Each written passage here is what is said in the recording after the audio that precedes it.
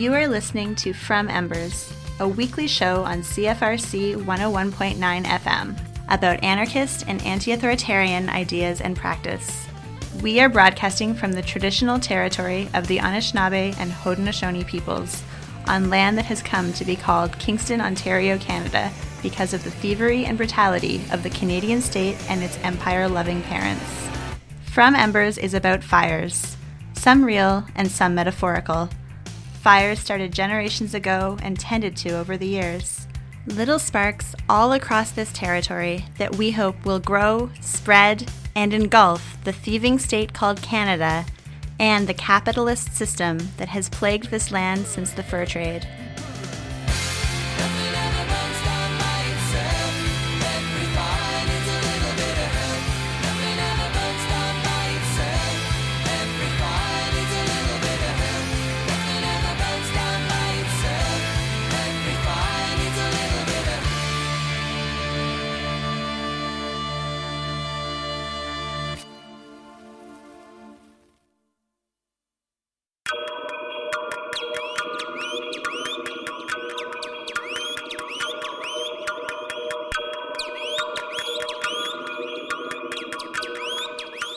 On this episode of From Embers, we spend the hour discussing the struggle against the Trans Mountain pipeline expansion and its world. We begin with a brief overview of the Trans Mountain pipeline and the expansion project. The pipeline was first constructed in 1953 with an initial capacity of 150,000 barrels of oil and runs from Edmonton, Alberta to Burnaby, British Columbia. In Alberta, the pipeline crosses through Treaty 6, Treaty 8, and Métis territory. In British Columbia, it crosses 15 Indigenous reserves and numerous traditional territories.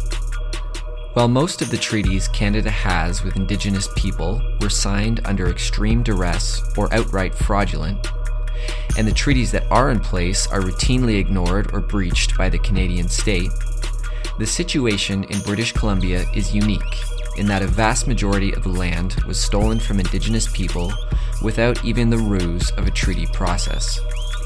This is why most traditional territory in that province is referred to as unceded. The BC government has been scrambling to negotiate so-called modern treaties over the past several decades in an attempt to legally extinguish Indigenous title and encourage investment for capitalist development on these lands.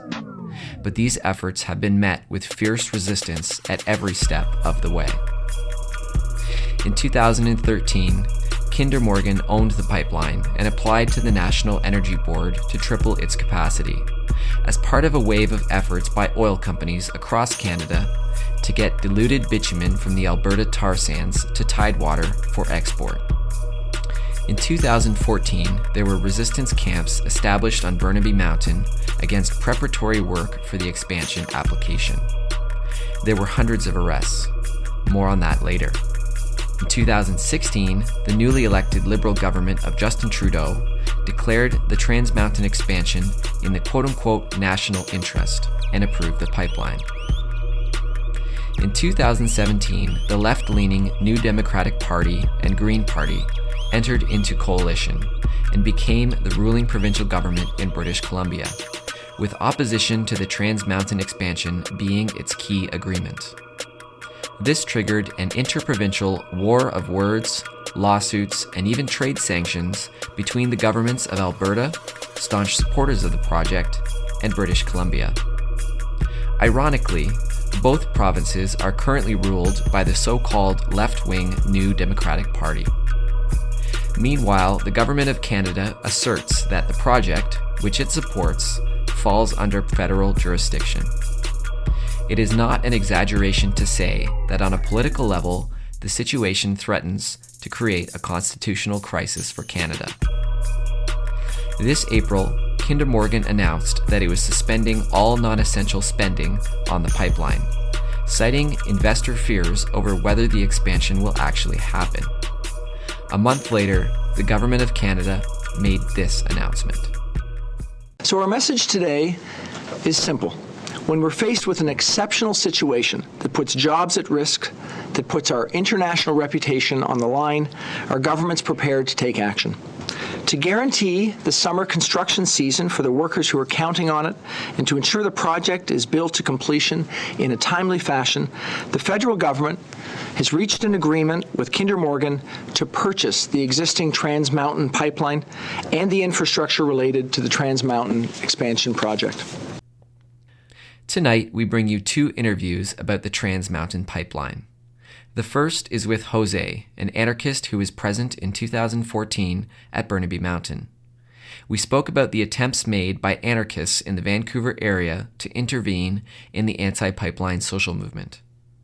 Afterwards, we have an interview with Kanahus Manuel, a Secwepemc woman currently involved in the struggle against the pipeline which runs through her territory. But first, my interview with Jose. Could you begin by just telling us how you first heard about the Trans Mountain pipeline expansion? There was an anarchist space that was operating in Vancouver called 38 Blood Alley, and people started having public and private conversations on how to engage with the camp that had popped up. I think the camp started in August 2014, and we kind of started talking about those things in mid-September.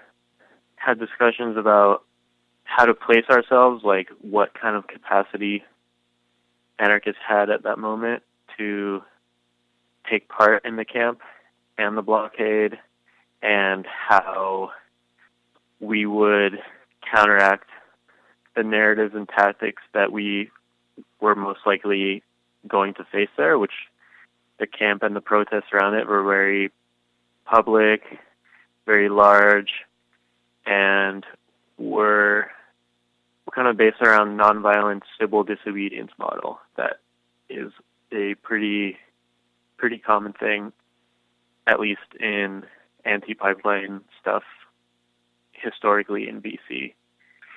There were supposed to be 2 borehole sites, which is where they were going to start doing the surveys through drilling, and the first camp was on the side of the road a little bit inside of the Burnaby conservation area. It was at the first borehole site, and the second borehole site was actually in the woods. You would have to go down a trail for a few minutes to get to it, and there was nothing there. People were mostly situated at the first borehole site, probably because it was by the side of the road. It was easily accessible. People could drive up, drop supplies, or people just going into the park would be able to see that there was a camp there. Our idea was to start a camp at the second borehole site, have it be a place to start engaging in conversations with people, and give out literature and start talking about different tactics that were not being employed. We went to the first camp periodically, try to talk to people. I think before we started our own camp, we dropped off a bunch of zines. We organized a discussion there on anarchism, tried to kind of poke around and test the waters of how people would respond to the ideas that we were going to be bringing in, I guess. Yeah, I guess the things that we found most inspiring were Indigenous blockades, throughout so-called Canada, Dufferson Lake and Oka and Burnt Church Crisis, struggles that had a very wide range of tactics. There were definitely marches and vigils and peaceful pop-up occupations, but also we definitely find value in nonviolent tactics, but didn't want to have it hold us back. Through the history of Indigenous struggles in Canada, that's very visible. There was just a wide range of things that people involved themselves in. What was the range of tactics being practiced on Burnaby Mountain before you got there, and what kinds of tactics were people proposing that people experiment with? So when we got there, it was before the injunction. All that was happening was there was a protest camp set up that was in the way of the proposed drilling site. We started talking to people about what would happen once there was an injunction and how people would want to fight it. A large part of what was in people's minds was trying to gain public approval, and anything that was outside of the realm of nonviolent civil disobedience, so like anything other than sitting down and getting arrested or like passively getting in the way of police when they came to enforce the injunction, which is, I would say 90% of the people found just like egregious. They were vying for public support, hoping that through the public support, maybe Kinder Morgan would back out, or maybe the regulatory board would put in place restrictions on the pipeline, or maybe the federal government would step in and stop the pipeline itself. I'm wondering, what were your motivations for being there, both in terms of, for listeners who might be asking the really simple question, like, why are you against this pipeline or pipelines in general? And also, what were your motivations in terms of what kind of resistance did you want to organize at this camp? First of all, like, as an anarchist, I'm against, any extractive project, and especially any extractive project that is being used for the purposes of capitalism. And I think doing so on unceded indigenous land without even actual consultation of the indigenous people who have lived on this land since time immemorial, I think it's just like, I'm just like fight against it in any way I can. I don't think we had a lot of hope that we would be able to achieve much. Like, we were all aware of like the social climate of Vancouver, which is very just stuck on the democratic process and civil disobedience at a very basic level. So I think we were mostly engaging in it as an experiment to see like what would be the reception that we would get from people, like what would people think of anarchist ideas if they were brought there? What would people think of anarchist tactics or like more militant tactics if they were brought up there? What did the camp, the anarchist camp, look like? Like, what was it actually made out of, and what was daily life like there? It was very cold and wet. It was pretty awful. Yeah, I guess we were setting up right in the beginning of fall, and Vancouver gets pretty terrible around that time. As far as the infrastructure, there's just like some tarps, pallets to put our tents on so we wouldn't get completely soaked on the bottom. People believe that equipment to do survey work would be brought in by helicopter. So people set up these cables in the trees to be able to stop a helicopter if they were trying to land in the area to drop off equipment. A person actually started a tree sit trying to set up infrastructure that would actually stop surveyors or police from coming in. There was also, at some point, blockades set up along the paths. Were there work crews out there at the time? Like, were you interacting with surveyors or pipeline crews? Yeah, they would come every now and then.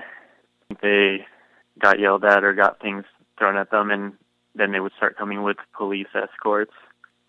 It was nice. I mean, it was beautiful. I think most of us felt pretty disempowered.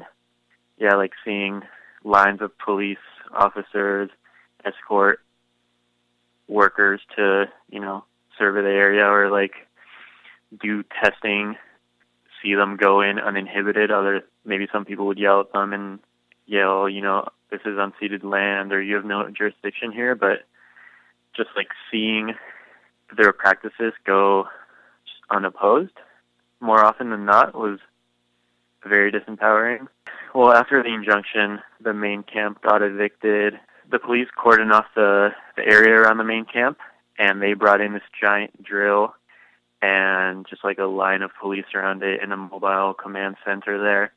Just seeing people come every day, hundreds of people line up around it and just yell and hold up picket signs and sing. And every now and then, people would just line up and all cross into the injunction zone together, get picked off by police and get arrested, get taken, down the hill and processed and given a court date. Like, people were super engaged in these public arrests, and just seeing how much energy was being spent, not only by the people doing them, but by the people who then had to do court support or had to raise money for lawyers or had to, do all this emotional care for the people that were getting arrested for what was largely very symbolic thing. Were there examples of times when people attempted to confront the pipeline and its workers and the police in different ways? Publicly, I don't think there were. I know that there was definitely acts of sabotage happening, and the news would pick up on that pretty often, like different vehicles that were owned by companies that were helping do the survey work would get destroyed every now and then, not on a regular basis, but like definitely every now and then. Equipment to do with the survey work itself, like hoses or generators, would suddenly stop working. I would see maybe one-offs of like people trying to physically stop workers or confront the police, but they did not end well because there wasn't like a large crowd to like support that. At some point, there was a fairly controversial thing that happened in which signs were put up anonymously around the camp with these messages that were like sometimes violent or brutal, saying like cops die here or turn back or repent. Yeah, just messages to intimidate police or workers from coming into the area. Also, like, there were messages written on these signs that made it seem like there were booby traps, just like all kinds of images of police getting hurt or fire or little Ewoks with weapons on these signs. And that caused a big thing with not only the media and the cops, but the people at the camp themselves who thought it was reaching a bit too far to do something like that. From reports that I've read from the police, it actually delayed the cops from moving into the camp by a few days because they were actually scared for their safety. This was after the injunction, but before the second borehole site got raided, and the person in the tree sit was arrested and charged.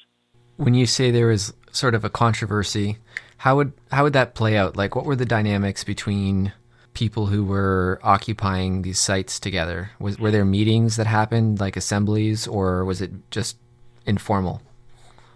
It was both. I think people talk informally, and also they would have more or less general assemblies that would happen, and people would like condemn some of the tactics that were happening, like equipment getting sabotaged or these signs getting put up, or even people yelling bad things at the cops or the workers. Like, people would bring this up during meetings and state their condemnation, how it might like hinder the movement in some way. So there was definitely a tension, and people would often blame the quote-unquote anarchists or like the people who were at the camp but were masked up all the time. There was kind of like a disconnect between the more quote-unquote legitimate protesters and then the people, the anarchists who were just trying to rile things up or who were trying to cause trouble. Yeah, it's just strange to be in a situation in which not only the media and the state is trying to vilify you, but the people who is more or less on your side or is on the side of opposing the pipeline also doing the same. Was there also like a cohesive Indigenous presence at either camp? There were a lot of Indigenous people from various nations who, were very involved in the camp and tended to the sacred fire. Certain people from the Mi'kmaq and Mohawk warrior societies came out at some point and spoke about struggles on their land and helped out around the camp.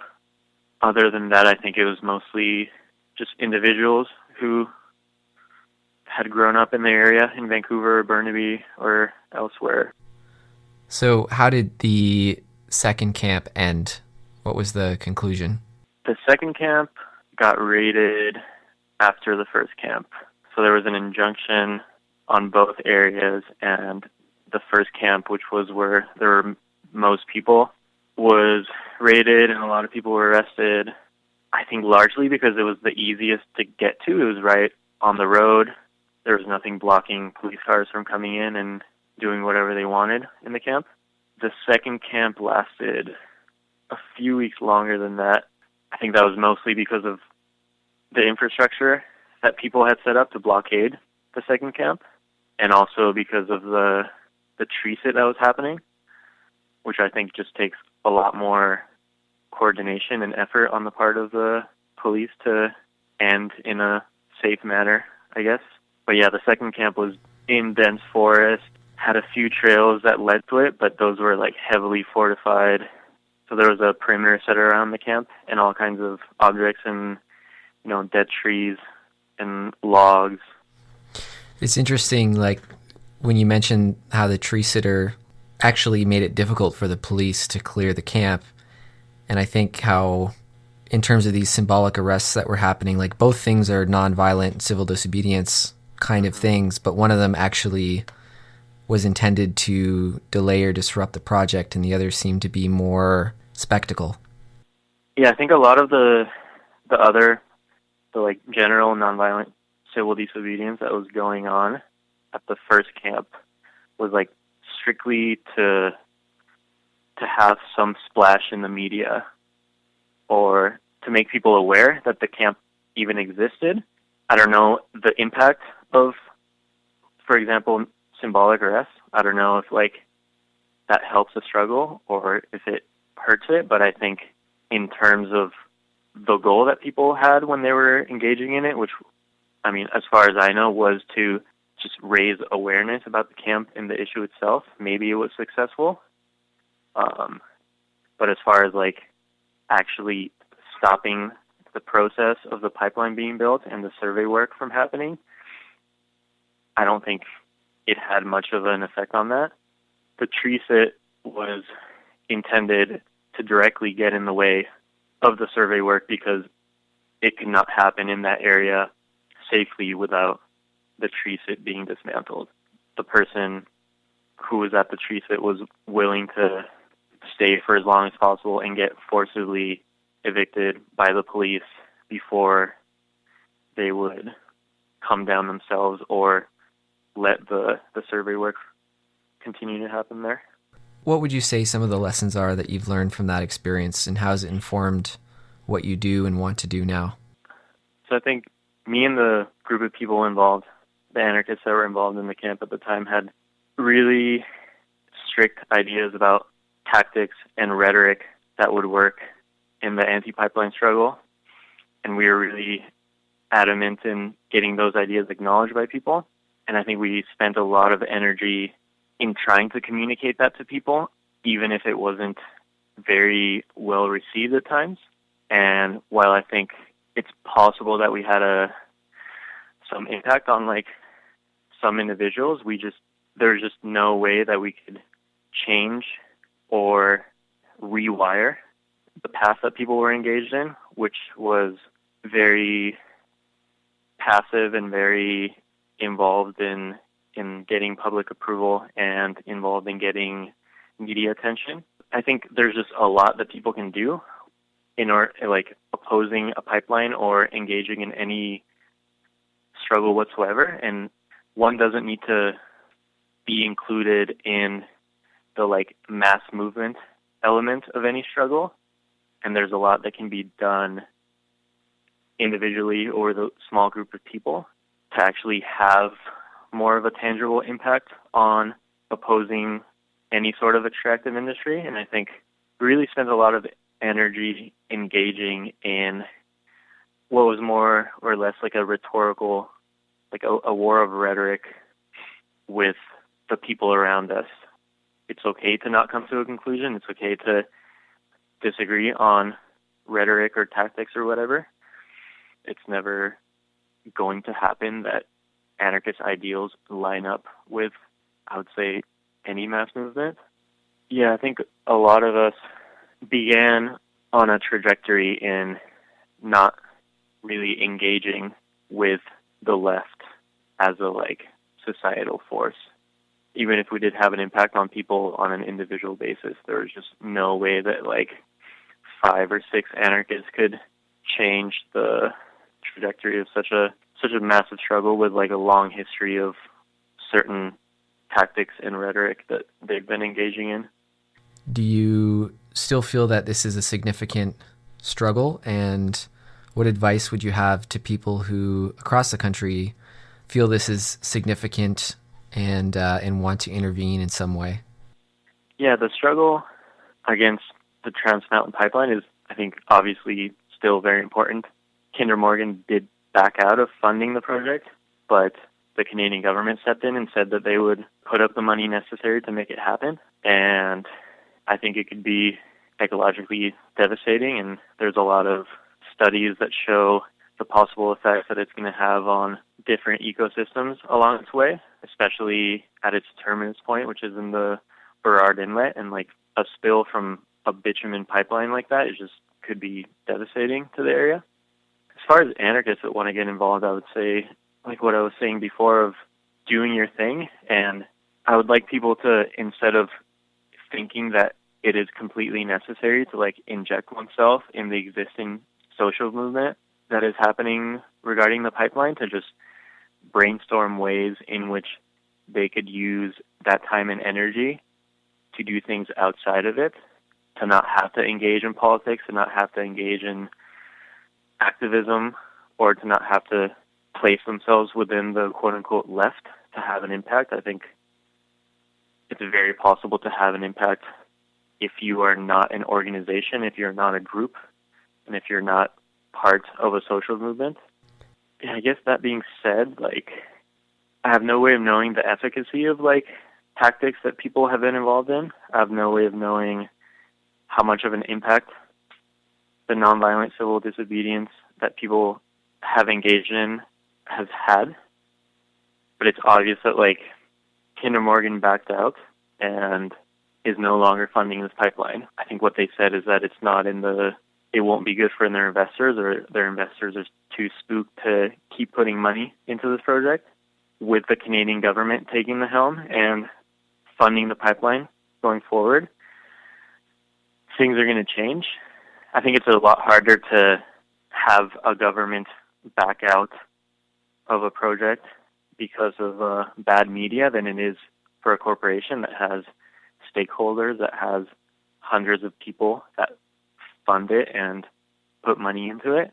I think the government has a much stronger apparatus for opposing or for stopping any opposition that comes in the way of them and their projects. And if people really want to put this thing to an end, then generally tactics will need to be amped up a little bit. Like, you won't be able to march and hold up a picket sign until the government just decides that this isn't worth it, because this is a multi-billion-dollar project. And Canada itself has stated that they're going to make the extractive industry, especially petroleum and natural gas, a priority in trying to situate itself in the world economy. So fighting a state is a lot different than fighting a corporation, and it is possibly a lot harder.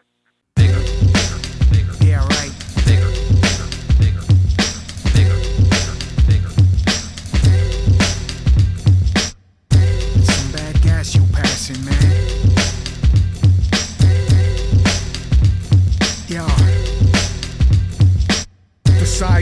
no denying it. The climate changing, stakes is higher. Storms violent, the water dying. They force complying for client biases. Data cited, tidal shift, existence. Life's in the grips. The fortune, the torture report chip. Petrol pricks and tar sand riches. Addiction, the victim etiquette until we're dead from the threat of unleaded and earth shredded for first world edifice. Profit got no pause or impediment. Falling like the house of Sardin. All three parties wanna party hard. They got our parliaments involved in tar sand extraction is charted. Backdoor is always revolving. Them libs and cons have both got jobs. Reported to the corporate causes. Profit posted for they bosses. The earth work her dirt into coffins. And bitumens is just so toxic.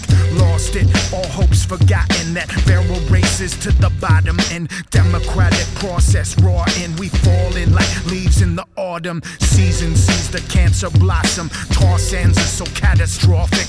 Largest ever man-made project that feed the peeps a broken promise. Bought it, now the beast has got it. Them folks is forced to pay the cost of it. True north, free for the market. Eco-sided basement bargain. The earth is bleeding in the process. The world is pleading for us to stop it. Yes, check that ass. That's some bad gas you passing. Tar sand extractor, court disaster for corporate masters. Check that ass, that's some bad gas you passing. And the earth can't manage it. The hurt and damages it caused the planet and Albertan advantages. That's some bad gas you passing. Check that ass, that's some bad gas.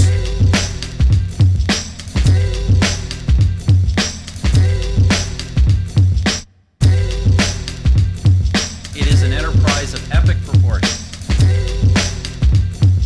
akin to building the pyramids or China's Great Wall, only bigger, bigger, bigger, bigger, bigger, bigger, bigger, bigger, bigger, bigger, bigger, bigger.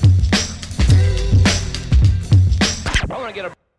You're listening to From Embers, a weekly show of anarchist ideas and practice based in Kingston, Ontario. Tonight, we're discussing the resistance to the Trans Mountain expansion project in so-called British Columbia. You just heard from Jose, an anarchist who was present in 2014 at Burnaby Mountain. Next up, we have an interview with Kanahus Manuel, a Secwepemc woman currently involved in the struggle against the pipeline which runs through her territory. Right, Secwepemcul'ecw request. My name is Kanahus Manuel, and I'm from the Secwepemc Nations in so-called British Columbia, Canada.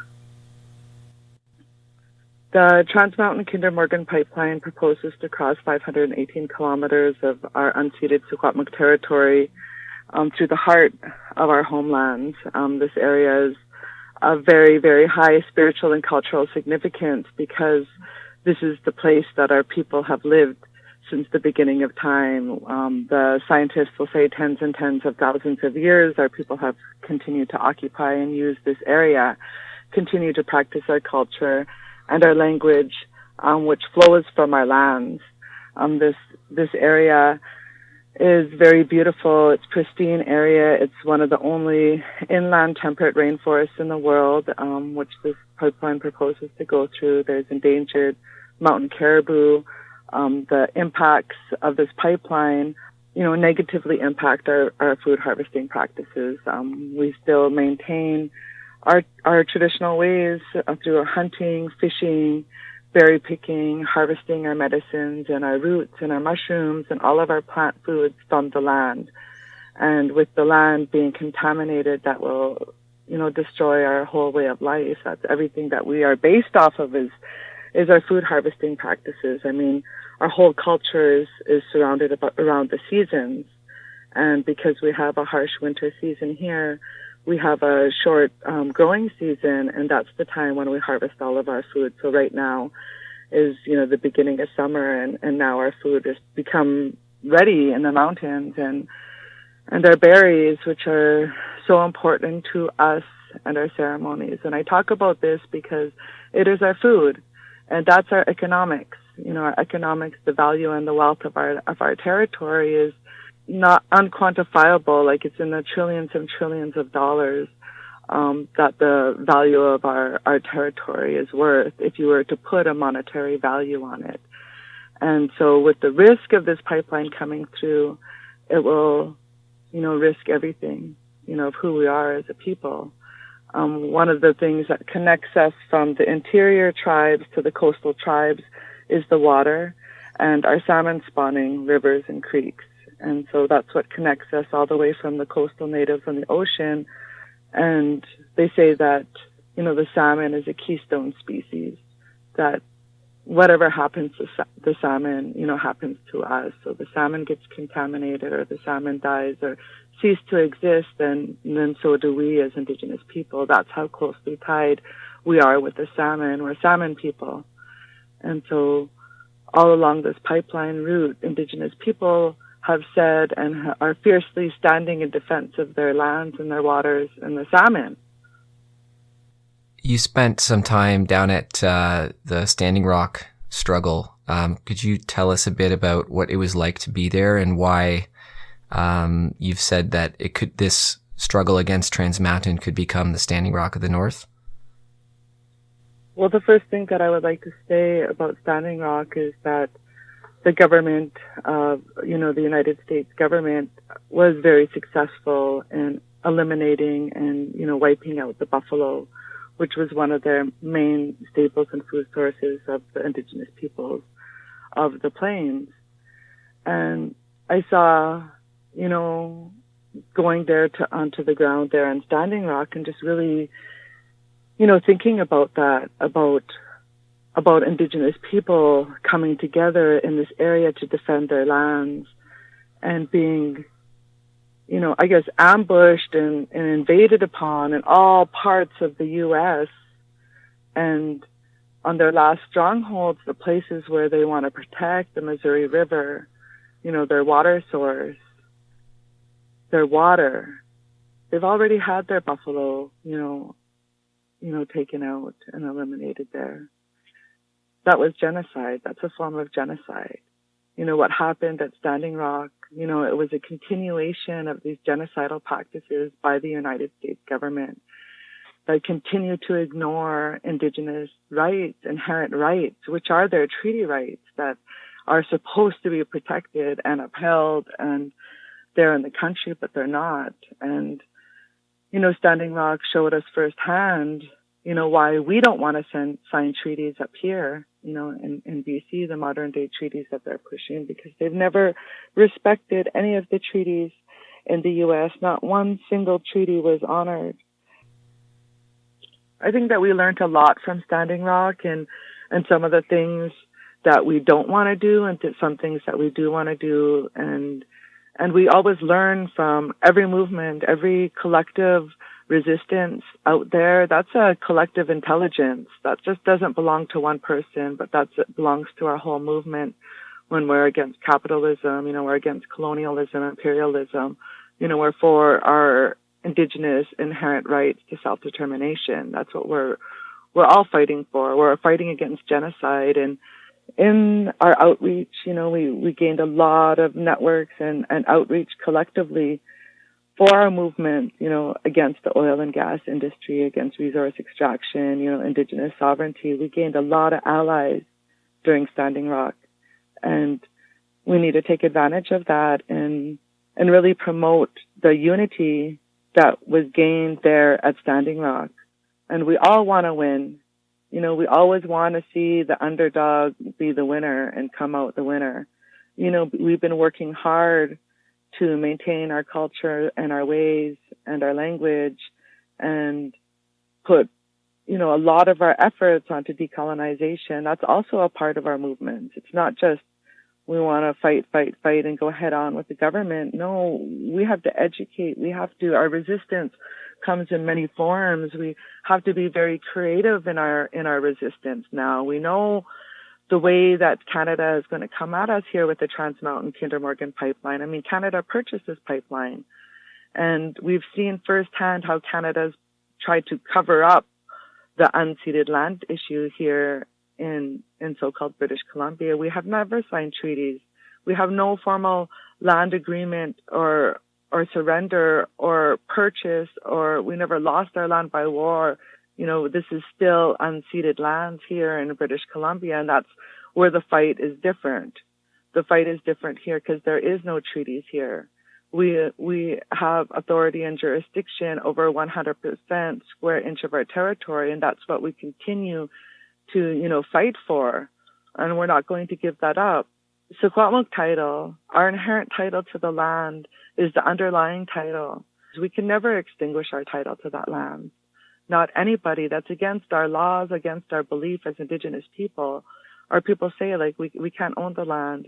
People say the land, is the one that owns us, or we can never sell the land, upon which the people walk.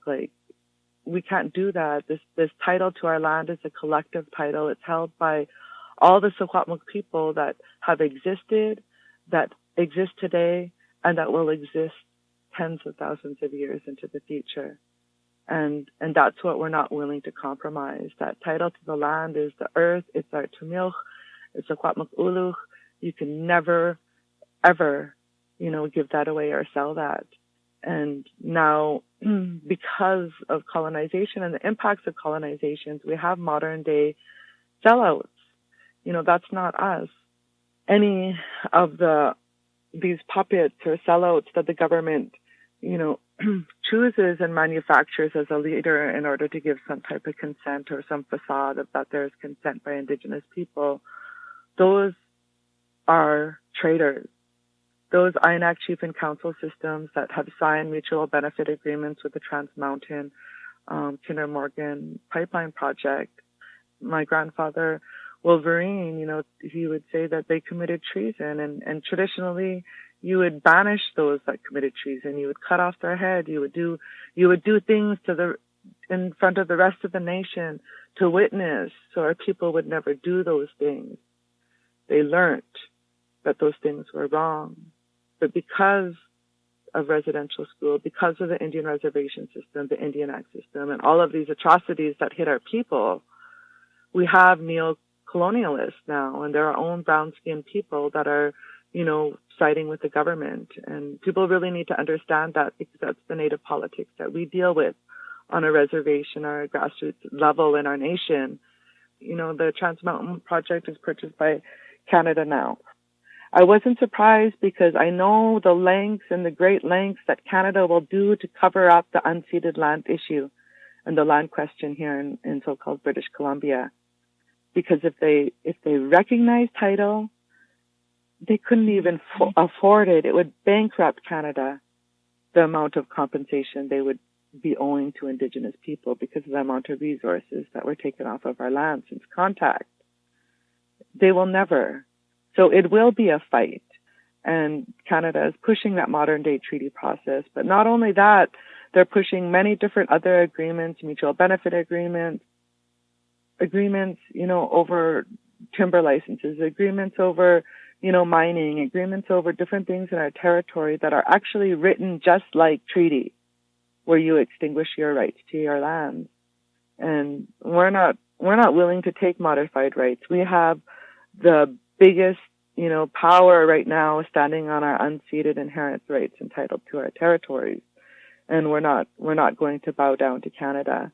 2 days before Canada announced its bailout of Kinder Morgan had a spill there in Darfield Pumping Station, which is not too far, north of Kamloops, and spilled. At the beginning, they were saying 100 liters, which ended up being more like 45,000 or 50,000 liters or more. And we went up there, myself, my mother, who's an elder, and some other people from our communities, all Secwepemc people, to monitor the spill area and what they were doing to clean up, and just to ensure that we had Secwepemc eyes and Secwepemc monitoring the situation, and let Kinder Morgan know and the government know that we have our own monitors on this. And the day after that happened, Kinder Morgan applied to the Crown to increase the injunction province-wide.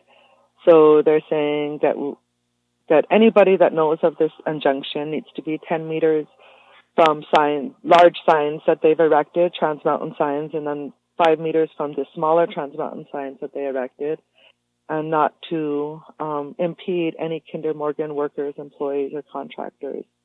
And that could be anywhere, leading on a highway to their workplace, anything. So any way of impeding them. And they're saying that this will amount to 7 days real jail time. And what we're saying is that as Indigenous people, we can't be included in these blanket injunctions of Jane Doe, John Doe, because we are Secwepemc people. We are Indigenous people that continue to utilize our lands and, you know, our current use and occupation, our ancient current use and occupation, our customs, our ceremonies that we continue to do. On July 7th and 8th, we'll be going and conducting our traditional tattoo practices and ceremonies right there in one of the impacted areas where this Trans Mountain pipeline threatens to cross, which is actually an ancestral village site. It has like 37 pit house depressions and remnants of our traditional winter village. And then on the other side of the river has hundreds of them. So it's a very significant area for our people. It's being threatened by Trans Mountain pipeline. Our people are not going to stand idly by, you know, while our lands are being threatened, especially when it's taking food off of their table for their children. Can you talk a bit about the Tiny House Warriors project? Yes, the Tiny House Warriors, Our Land is Home, is a project, an initiative pushed by our community, really to look for a solution on how we're going to fight this pipeline, but also build on the idea of being climate leaders. We've built our pit houses, first one in 150 years that was lived in, you know, in our nation. We've built cordwood houses that were bulldozed down by Sun Peak Ski Resort and the provincial government. We've built other cordwood houses. We've built straw bale houses and our cedar bark lodges. And so it's nothing new for alternative housing. Alternative housing is just a continuation of all our decolonization work and our revolutionary work that we're doing in our communities and nation. And so tiny houses is something that was just really trendy, and it's the buzz happening around the world right now. Tiny houses, you know, increase, you know, your love for your land by downsizing, you know, your impact. When you go to downsize into smaller homes, and I know because I've lived in our traditional pit house for many years, and I know how you have to downsize in order to live in those close and like tiny spaces with me and my partner and my 4 children. And so you actually realize what's important and what's not important, and you get rid of a lot of clutter. We could have just went and built tiny houses, but we're all building them all on wheels because, like I said, our houses were bulldozed down by the provincial government when we stand up to protect our sacred mountains.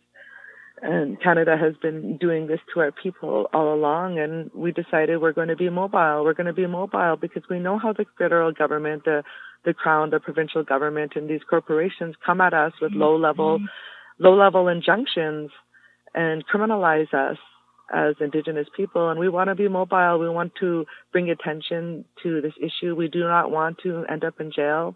That's never our goal, is to end up in jail and accumulate a list or arm length full of charges. We could talk about a lot of different things, and the issues of injunctions comes up in this conversation because that's why we chose to have them on wheels, to be mobile, to be on our territory. 518 kilometers it's a big territory, and we need help and we need support. And we decided to do homes because it's a way that we want to fight. While we're building this resistance and this beautiful form of art of resistance, we're going to have homes to sustain our people, and we're going to show our people we can go out onto our territory. We can leave the reservation, the 0.2% of our lands, this concentration camp. We can leave, and we can go out to our territory, and we can live, and we can assert our title to our lands. We can assert our rights to our lands, and that's what we want to show. And if the government wants to come at us hard down on us for, you know, providing our people with a basic human right, homes on our own territory, then they're going to be exposed. It's going to shed light onto the whole world, the true ugliness of Canada. What kind of support are you looking for, both on your territory and also just around the continent and around the world? Well, around the world, we need people to know that, and we need people to really get educated and to educate others that Canada isn't the top number one human rights crusader of the world, that they are violating rights every day, Indigenous rights. Thousands and tens of thousands and possibly hundreds of thousands of Indigenous kids that are, swept away in the child family services, kidnapped more, and that are apprehended now at the height of residential school. This is happening in Canada. We need people to know this, because this is the way that they're treating us. They're targeting our children. Canada is a violator of human rights. They are evil, conniving, sneaky, manipulative country that has continued to get rich off the backs and the blood and the bones of Indigenous people. We need to continue to expose that this is what's happening to us. And underlying all of this, we're fighting a pipeline, but we're resisting against a genocide being committed on us at the hands of the Canadian government. And Indigenous people now are uprising, and we need the community, the world community, the movement in the world, to stand with us and uprise together with us. We are the ones with the heart and the drive and the power, because we have the love. We can build on that. We can build this momentum, this world community for our lands, for our water, for our air, for everything. We need to shut down the Alberta tar sands. The local grassroots level here, we need resources. And it's sorry to say, in this capitalist system, we need money. We need people to help support us. We need builders. We need skilled builders. We have 6 more tiny houses that we're committed to build. You want to come and bring a team of builders. We could get a tiny house. We have the trailers. We have our Tiny House Warriors Facebook page. We have a GoFundMe. All of the GoFundMe money and funds goes directly into lumber and supplies. Do you have a sense of any kind of timeline? Like, I know things are changing fast right now, but is there work happening right now, or do you expect work to be happening in the near future? Right now, there is the Trans Mountain workers. They went in there erecting signs all along the pipeline route. So the proposed areas of the man camp, there's 3 proposed sites for man camps, up to 1,000 men housed in these man camps within our territories. Our concern are these man camps that they want to build, because they're built are prime berry picking areas. And the link around man camps and the increase in violence against women, is there in all the research around North Dakota, in the north and the fracking communities where man camps have existed already. Some of these places have been impacted by man camps for decades already. The ratio starts to increase of 5 men to 1 woman and up. In the communities, you'll see that violence against women increase. And we have a declaration, a women's declaration against the Kinder Morgan man camps, the Trans Mountain man camps. We know that the man camps is one of the biggest threats, because they need their construction workers in order to build this pipeline. They're stockpiling pipes in Kamloops and in Vavenby in our territory, and they're getting ready to push them through. At Standing Rock, they were laying 100 pipes a day. So we can see them moving really quickly, and we need to mobilize, and we're going to need everybody, active, able bodies to come out here, this summer to, assist in this movement and to stop this pipeline from coming through, work with everybody you can to bring attention to the Alberta tar sands. We need to stop the money flow. Canada, purchased this pipeline, but they still need insurance. This pipeline still needs insurance in order for it to be constructed, in order for this oil to flow through it. These insurance companies need to be targeted. Then we need to, call on everybody to divest their money out of this pipeline. there's pension plans that are funding this pipeline. People need to be educated on where their money is being invested. I saw it. I saw it firsthand, at the Mount Poly mine disaster, owned by Imperial Metals, a Vancouver-based company, getting its permits from the provincial government, and them just still pushing this mine through, even after it had one of the top mine disasters, where government and corporation are saying they've always been working hand in hand together. It doesn't even matter whether, Canada had purchased it or not. Canada needs to, in order to save face to the investor community around the world, because Kinder Morgan was going to go down, and it was going to show uncertainty and risk to the rest of the investments here in BC. So we know that our work on the ground pushed them to even make that deal. They're scared. At the end of the day, they're scared because they can't hide this. Unceded land, the last of the wild Indians, and we're only getting more fierce and more powerful.